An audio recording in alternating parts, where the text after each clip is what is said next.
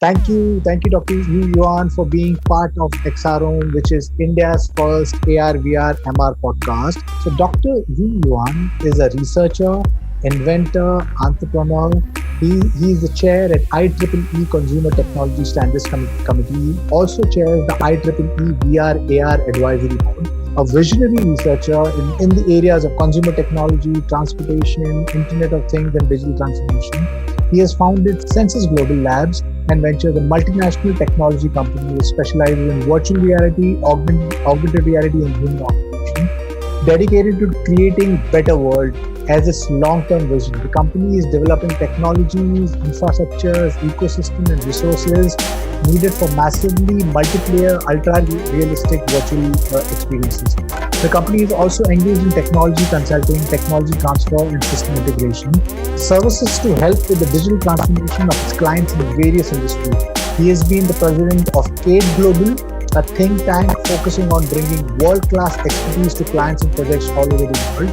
Prior to that, he worked for IBM Research as a research scientist and was a key contributor to IBM's Cell Broadband Engine, Smart Planet, and IoT initiatives. He has a PhD in computer science from the Tsinghua University.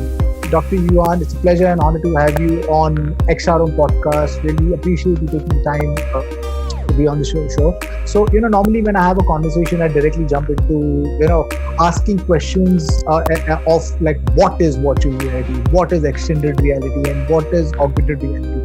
But with you, I would like to start with, asking the question of what is physical reality, what is reality? Because if you see, the micro world and the macro world behave completely different. So can you start by describing what reality is? Yeah, that's a very good question. There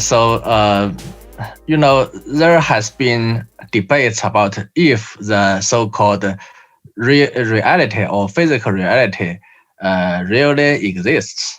Some people argue that we may already be living in actually a virtual reality, which means that the world which seems and feels so real may not be really real, may be just a virtual reality created by some higher level aliens or humans, something like that.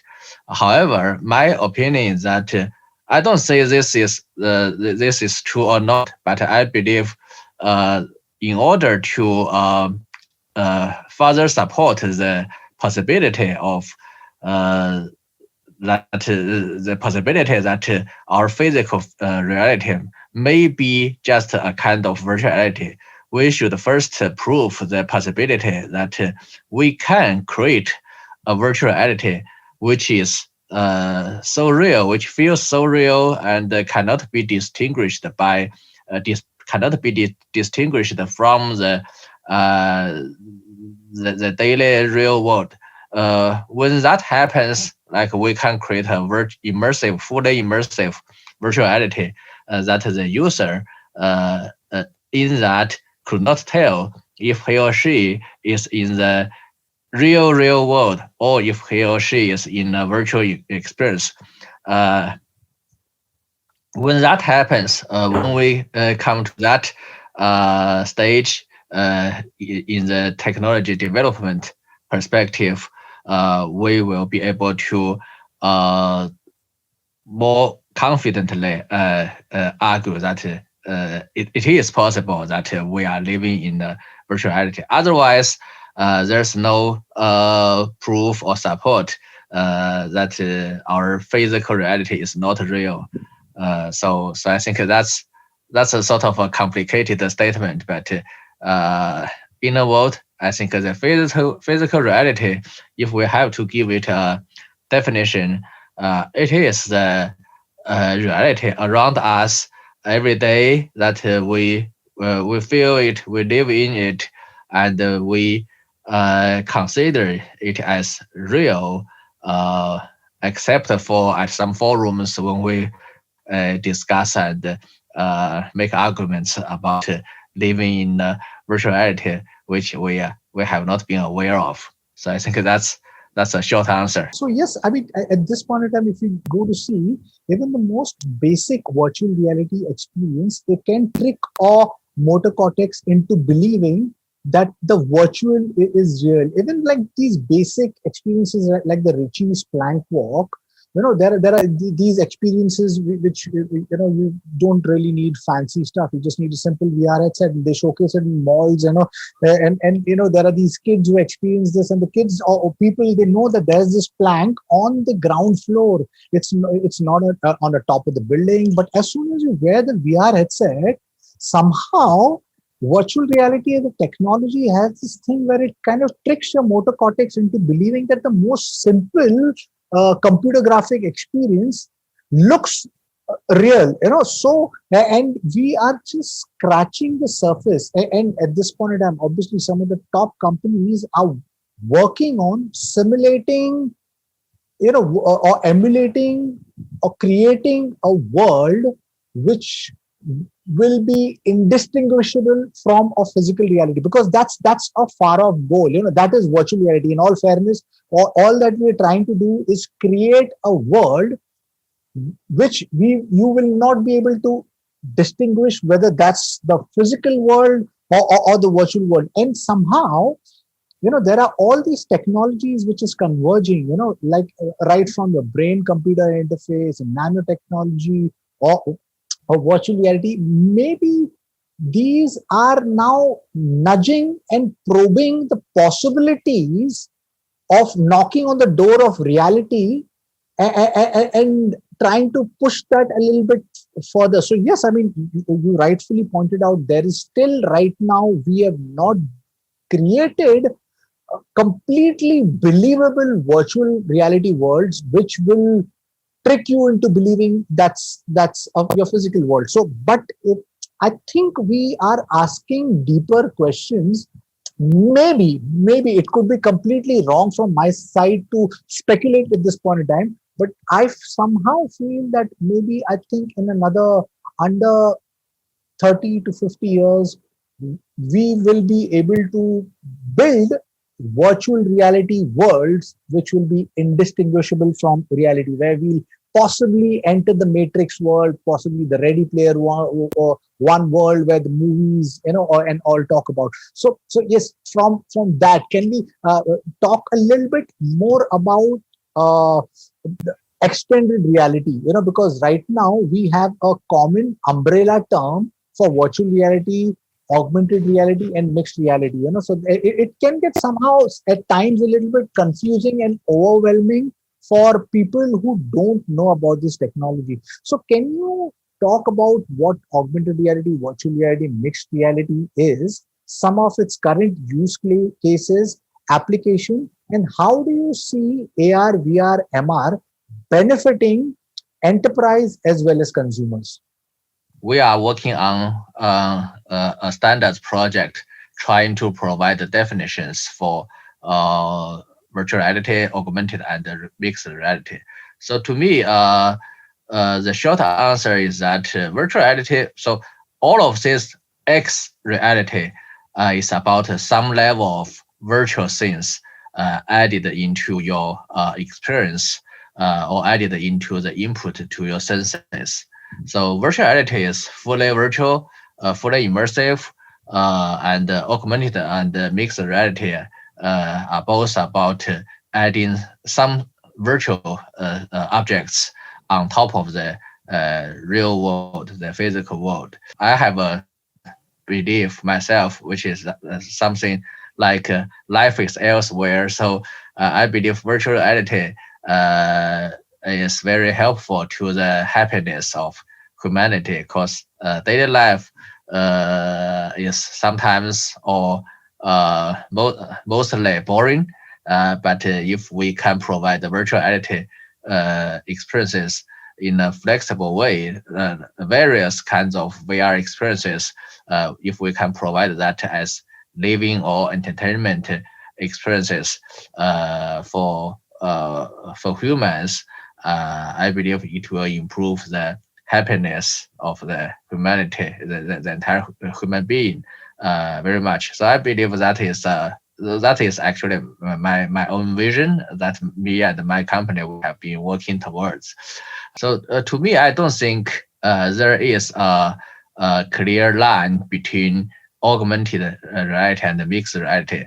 That's why in our IEEE, we established the VR and AR standards committee. We established the VR and AR working group and the VR and AR advisory board, but we did not explicitly call out mixed reality because we think mixed reality is just a kind of augmented reality.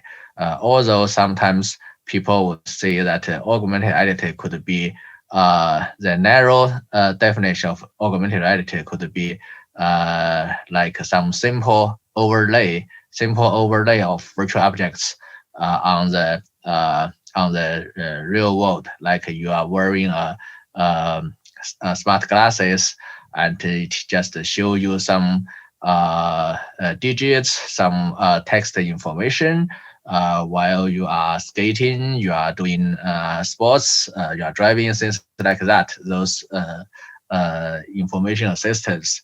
But mixed reality, some people feel that mixed reality is about adding virtual objects.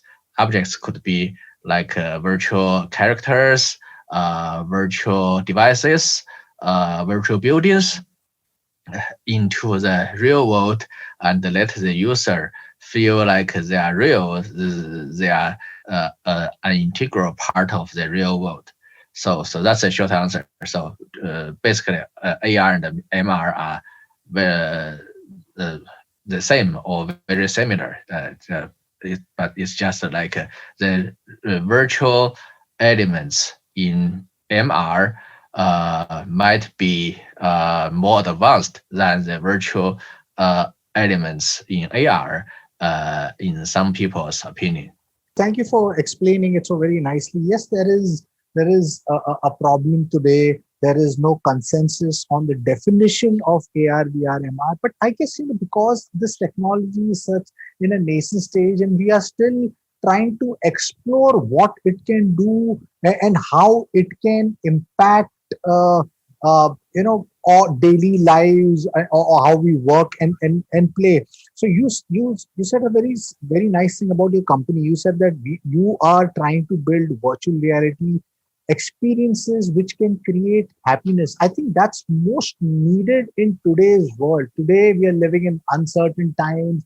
Everybody is stressed out. The economy is down. The pandemic has created some serious problem. Job loss is at an all-time high, and we're getting into the new normal world where I think the most important thing for the human race to survive would be happiness, because I think if we don't have that, I think you could have the best possible technology, or a huge amount of money, but I don't think it will give you peace of mind, or clarity to do whatever you want. So my second part of the question, was, what do you think, what is the economical benefits which augmented reality, virtual reality, and mixed reality will open up? As in, which part of businesses or which industries you think AR, VR, MR will impact most? I truly believe that VR and AR and XR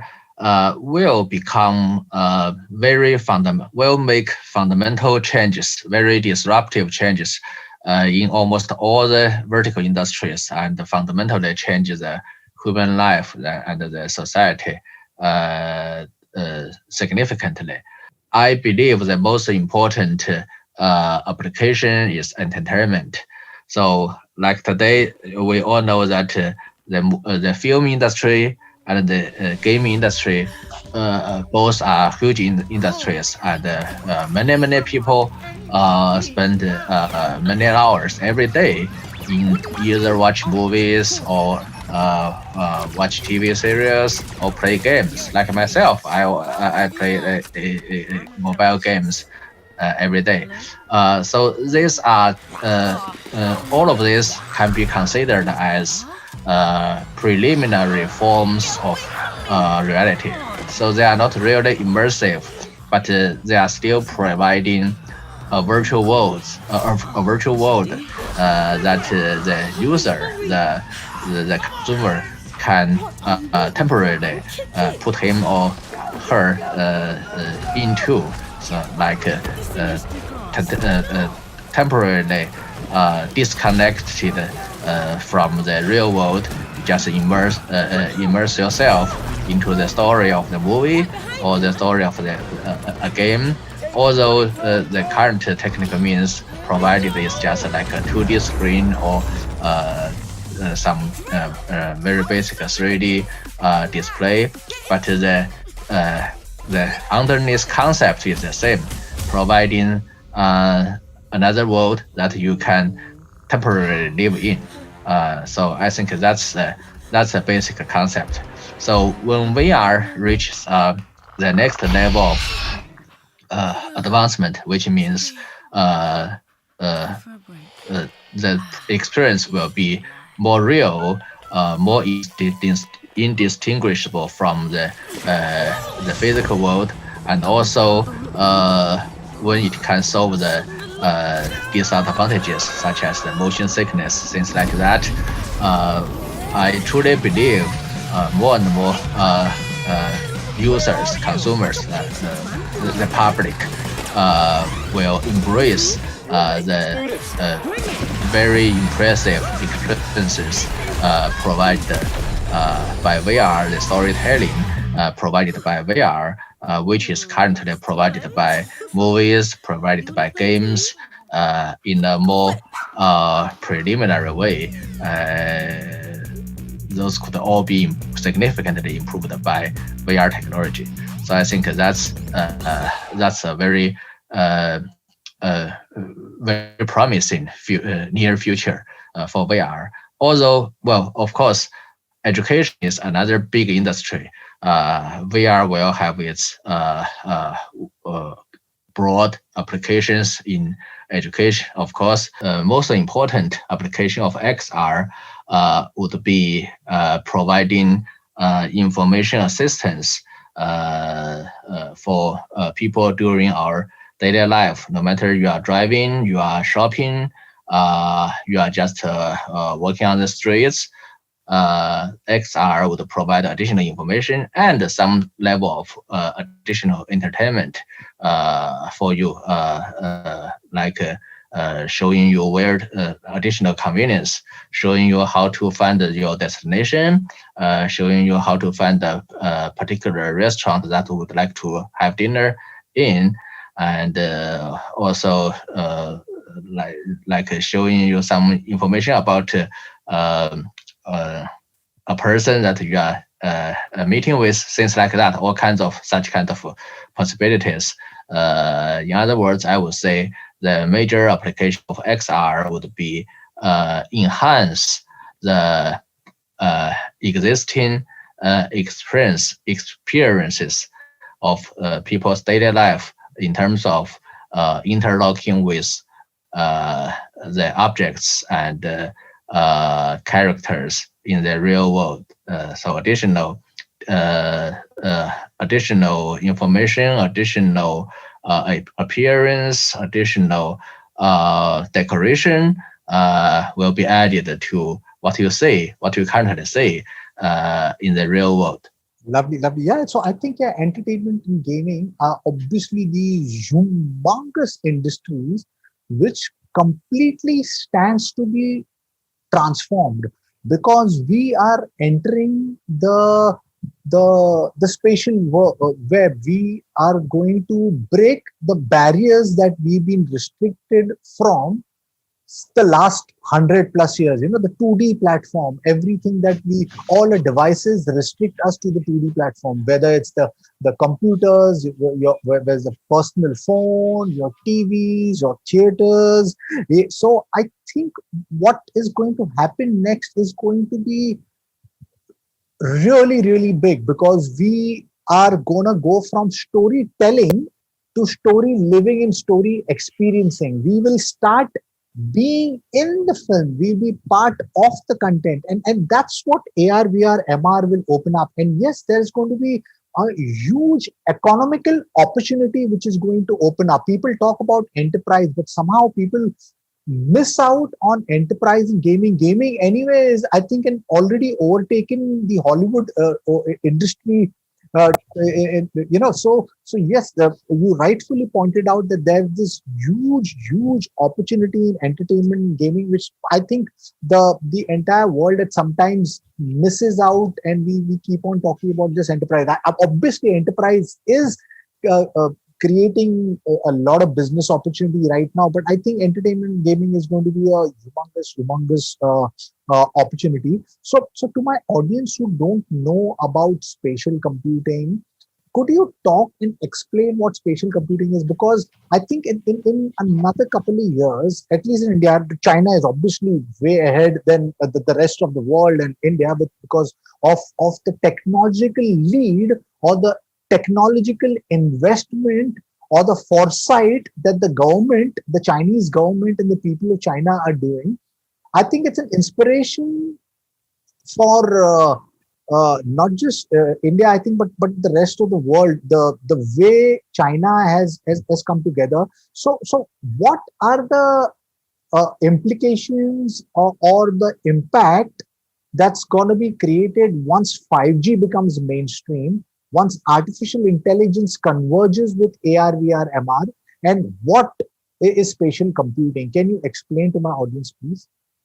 XR would require continuous and stable big bandwidth, which will benefit from either 5G or 6G or other kinds of networking technologies. Right. So could you talk a little bit on the AR, VR, MR ecosystem in China compared to US? Because there's two countries in the world at this point in time which is obviously leading when it comes to immersive technologies is US and it's China. Both are doing some fantastic things, when it comes to immersive technology. Could you talk about the uh, present day scenario where how is the investment looking post COVID? Where does the industry stand post COVID, and where do you think AR, VR, MR technology is going to go in the next couple of years? So, talking about the ecosystem, actually, uh, I would say that the majority the majority of the industry, the VR and ARX are industries in China and in the US and other the rest of the world. They are facing the same challenges, uh, technical challenges and also business challenges.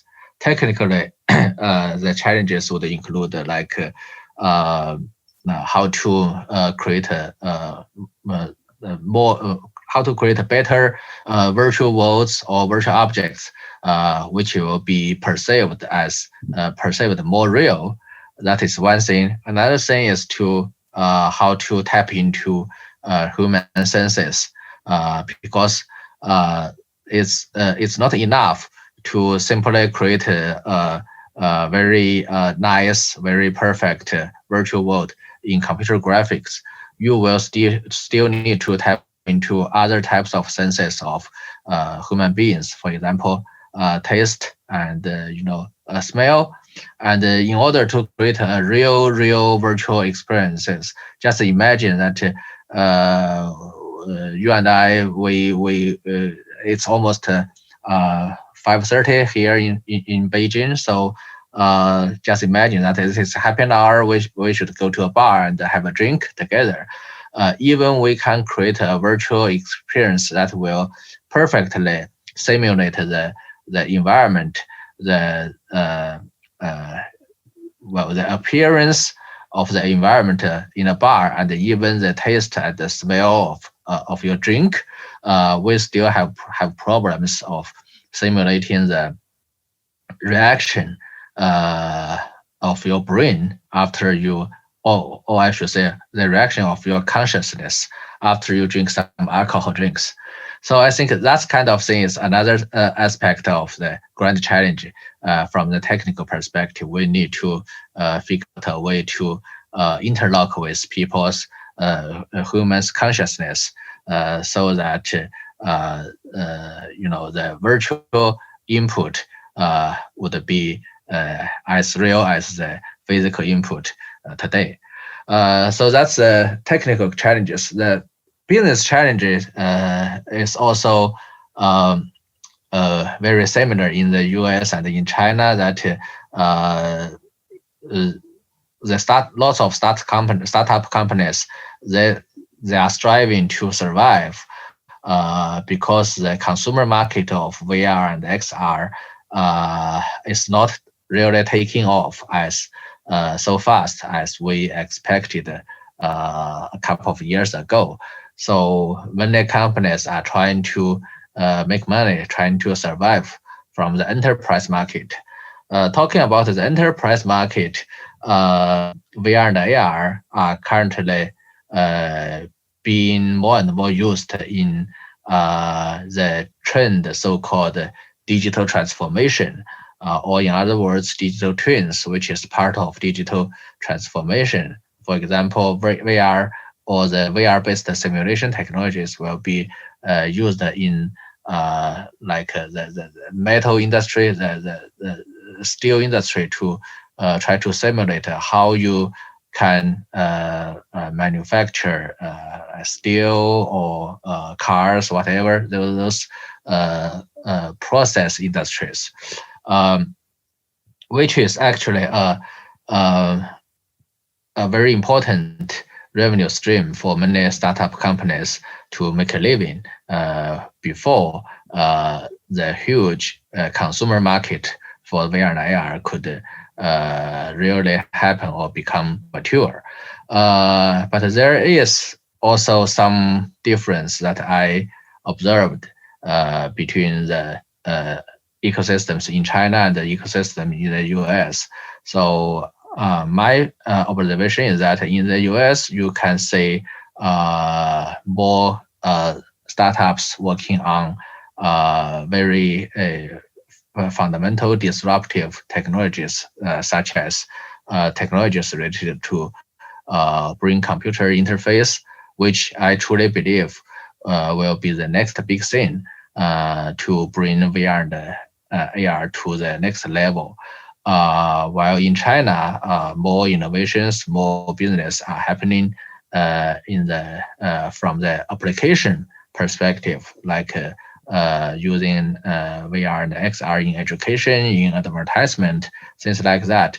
But the difference is slight. So, like in China, there is also there are also a few companies working on like the fundamental technologies, such as my company.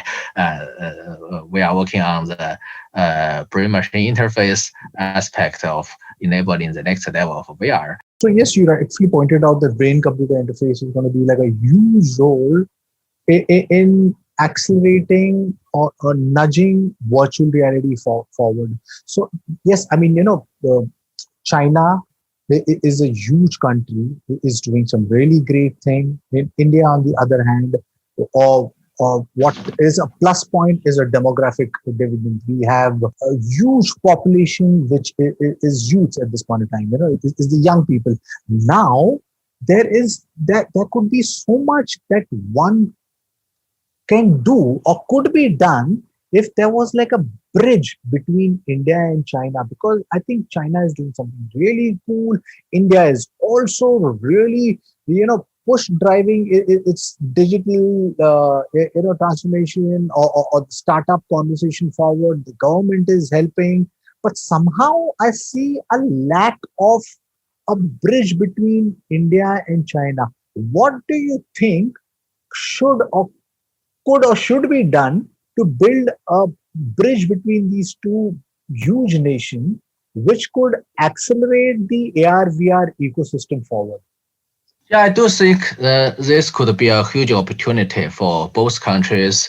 especially in VR and AR, which is a very representative emerging technology among lots of other emerging technologies. So I do believe the two countries could cooperate, could enhance the communications and the collaborations among technical companies, among researchers, to work together and boost the applications and research of this enabling technologies.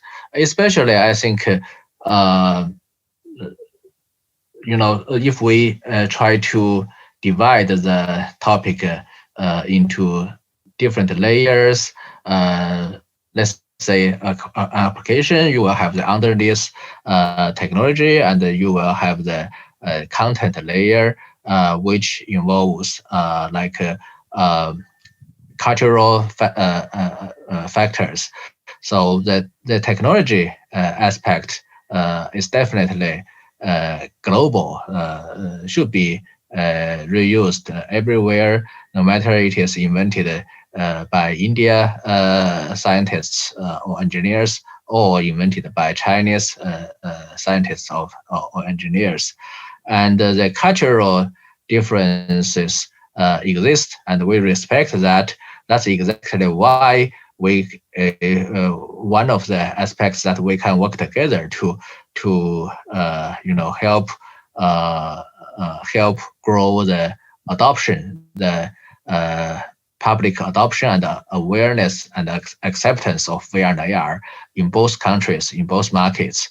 Cause Chinese companies, they have, they may know some know the India culture to some extent, but of course they are not native.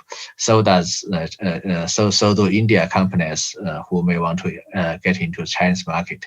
So we can share technologies, and we can help with each other in terms of the cultural differences and also different conversions in doing business. So yes, I would say at this stage, VR and AR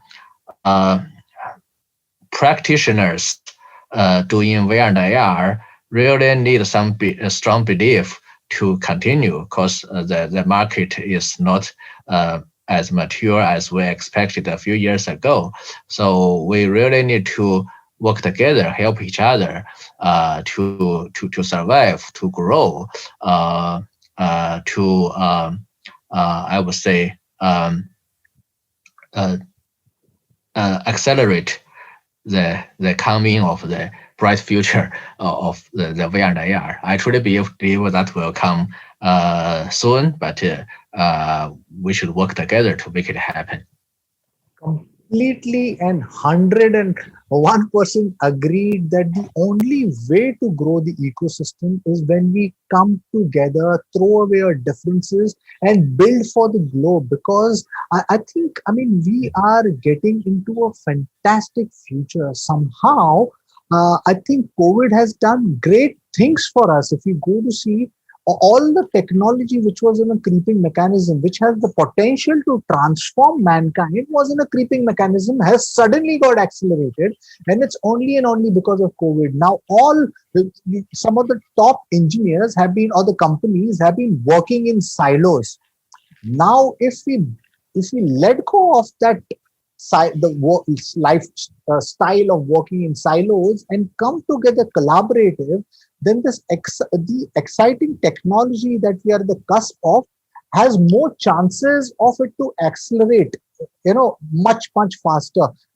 So yes, I think we definitely should create collaboration and figure out ways where, I mean, whether it's China or other countries, we should all come together and create the framework or the architecture of this technology, where we create technology which is good for us, which creates a better world. So that's the reason I have this podcast, where I have a conversation and try to engage people and figure out ways or solutions to create a better world with these technologies. So you are the founder of Senses Global Labs. Could you talk a little bit about that? And you are also the chair at IEEE VR AR Advisory Board. So could you talk about some of the initiatives over there at the IEEE for growing the XR ecosystem industry and the startup community that you have been taking? Let me talk about my company first. Yeah. We named our company as well. We have multiple names in different countries because of the we have multiple legal names in different countries. Census Global or Zero X Census. Which implicates that implies that we are focusing on senses. Here, senses are human senses instead of sensors in like IoT, things like that.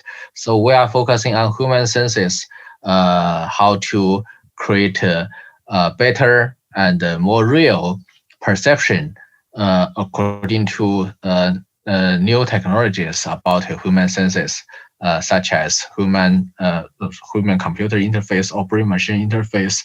So that's the vision of our company.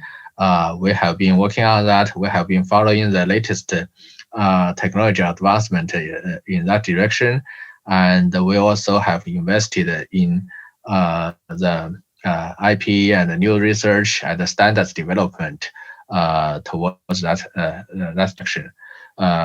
Because we feel like solving the challenge of how to let your senses, the human senses, perceive the virtual inputs as real inputs is one of the only two grand challenges that VR has to solve before it comes to the end that it can provide a fully, completely real, immersive experience. So we choose to work on the census part, although we do know some other companies we have been collaborating with or at least communicating with are working on the other grand challenge, which is how to create a more real virtual world. I have also other roles, especially in IEEE, about standards development. So VR and AR and other aspects of consumer technologies, they have very interesting um, feature that sometimes the market itself need to work together to grow the ecosystem. Otherwise, it will not take off for a long time, and it will not really win the acceptance of the public. I think the VR and AR are still the market, the ecosystem is still at the early stage that we need to proactively uh, encourage all the players, all the stakeholders in the industry to work together to build the ecosystem together. That's why the standards are very important, especially standards about interoperability among different companies' products. So that's my motivation driving me to spend a lot of efforts in IEEE standards development, especially the standards development for VR and AR technologies. Wish you the very best for it. But yes, like you rightfully pointed out, we all need to come together. Right now, the industry is maybe hurting mainly because of the pandemic, and it's still, it's just kind of understanding of it's just about taking shape. AR/VR at this point in time, this technology it's so potential that it can completely transform the way we live and work and play. Now only and only if all of us come together, which I think is the most important thing, this entire ecosystem can grow. We could have investors from India having invest in Chinese startups. We could have Chinese investors investing in Indian startups. We could have startups who are leveraging each other's technical expertise and building products which are global products. And there is so much one can do when we break these barriers and these boundaries which have been created by our elders or whoever has given us, and which has kind of made us different. We are more similar than different. We like I'm having this conversation with you, and I can feel your passion about how you're passionate about bringing this technology to everyone, and that is what cuts through with me, because that's what I want to do. And that's the reason I have been uh, vested in this technology since 2015, only and only with the desire, intent, and hope to take this technology to the masses, to educate people, to engage people, to disseminate knowledge about what AR, VR, MR can do to individuals and businesses, and we need more power, and that can come through where the community is strong, the ecosystem is strong. So yes, I mean, I really really hope and I wish and I pray that we all come together and create this technology which creates a better future for us. Last question: what do you think is the ultimate VR experience or full dive experience? How do we build something like that? How do we get there? Are the timelines? What are the tools needed to build a full dive VR? And what are you most excited for in virtual reality, augmented reality, and mixed So the short answer is that if I should use one sentence to describe the ultimate VR experiences or full dive VR, I would say it would be like a dream. When you are having a dream, when you are in a dream, you would not, well, in most cases, you would not recognize that you are in a dream. You just feel like you are living as usual. You are interlocking with the environment, other persons as usual. You will not recognize that you are in a dream in most cases. So I think the ultimate VR experience would be something like that. Something like a dream which is so real, which is so comprehensive and fantastic, providing you the comprehensive and complete feeling, perceptions from all kinds of inputs. So that would be the ultimate VR experiences, in my opinion. In order to build that, I would say that there will be two. Actually, I mentioned this briefly before. We will need to solve two grand challenges. One is to build the virtual worlds which are self-consistent enough and cannot be distinguished from a physical world, which means when you are building virtual world, the building blocks consisting of constituting the virtual world should be finer and finer, from blocks to particles, from blocks to dust and then particles, along with the growth of computational power, things like that. So currently, like in our the games that we daily play, it's just like the building block level. If a wall is destructible, you can only break it down to blocks, but you are not able to further break it down to dust. But moving forward, we will be able to. I mean, the industry will be able to create more real virtual world, which consists of finer grade particles that make the virtual world work in a self-consistent way. That even you put a scientist into that world, he or she would not tell if this world is fake, because the world that he or she feels observes would operate according to its own physical laws. So I think that is one thing. The other thing, like I mentioned before, how we can simulate the experiences of drinking alcohol. So that's another grand challenge that the current VR industries, the current VR technologies cannot solve. Even there are some uh, uh, attempts to simulate human senses, including taste and smell and touch, other than simply sight and hearing.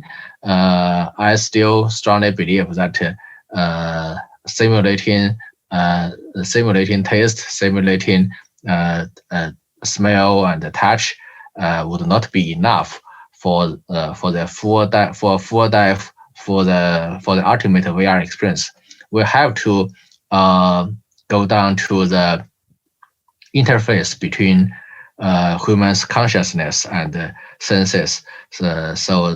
Which means we have to directly uh, put a signal input into human's consciousness through some brain-machine interface technologies, so that we can we can simulate the comprehensive living experience, including the experiences of drinking alcohol.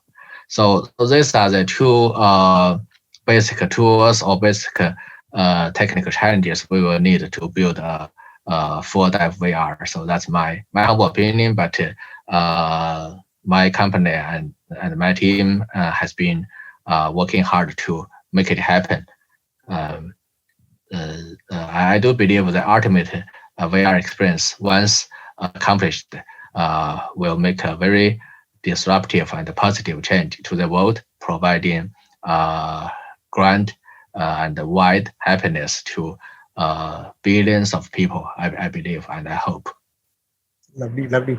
Thank you, Dr. Yuan. It's a pleasure and it's an honor to be speaking to you and getting your insight. I think, yes, we are getting into a fantastic world. Arthur C. Clarke had quoted that any advancement of technology is going to be indistinguishable from magic. And that's where we are getting in. All the movies that we had seen earlier is now becoming a reality. We are getting into, from the science fiction, we are getting into science fact. All these things which at one point of time would be sounding crazy or impossible is all possible. Yes, we are at the cusp of figuring out technology which can transform mankind. Now, these technologies are like a double-edged sword. They are, they can create great transformation. Plus, they can, if not handled properly, they can be the reason for existential threat. Now, the choice, it lies with us, the developers, the content creators, the technologists, the investors, and civil society as large to come together, because this is the opportunity that we have in time. Today we have the opportunity, because of internet, to reach to each, connect to each other and figure ways to collaborate and build technologies that can create better, a better human race, and because I feel that we are at the cusp of going from being normal human beings into gods, and that's, I mean, it's an exciting but also a scary space. So on that note, it was a pleasure and an honor to have you on XRM podcast. I hope that we can have a conversation again, find out where you are going next with your company Senses Global and what you are building, and figure out ways where we can actually create collaboration. It would be a honor to do something together. So to my listeners, if you like what you see in here, please press the subscribe button. Until next time, see you guys. Bye bye. Thank you. Thank you, Dr. Yuan. It's a pleasure to have you on Exam Podcast. Thank you. It's also my great honor and pleasure.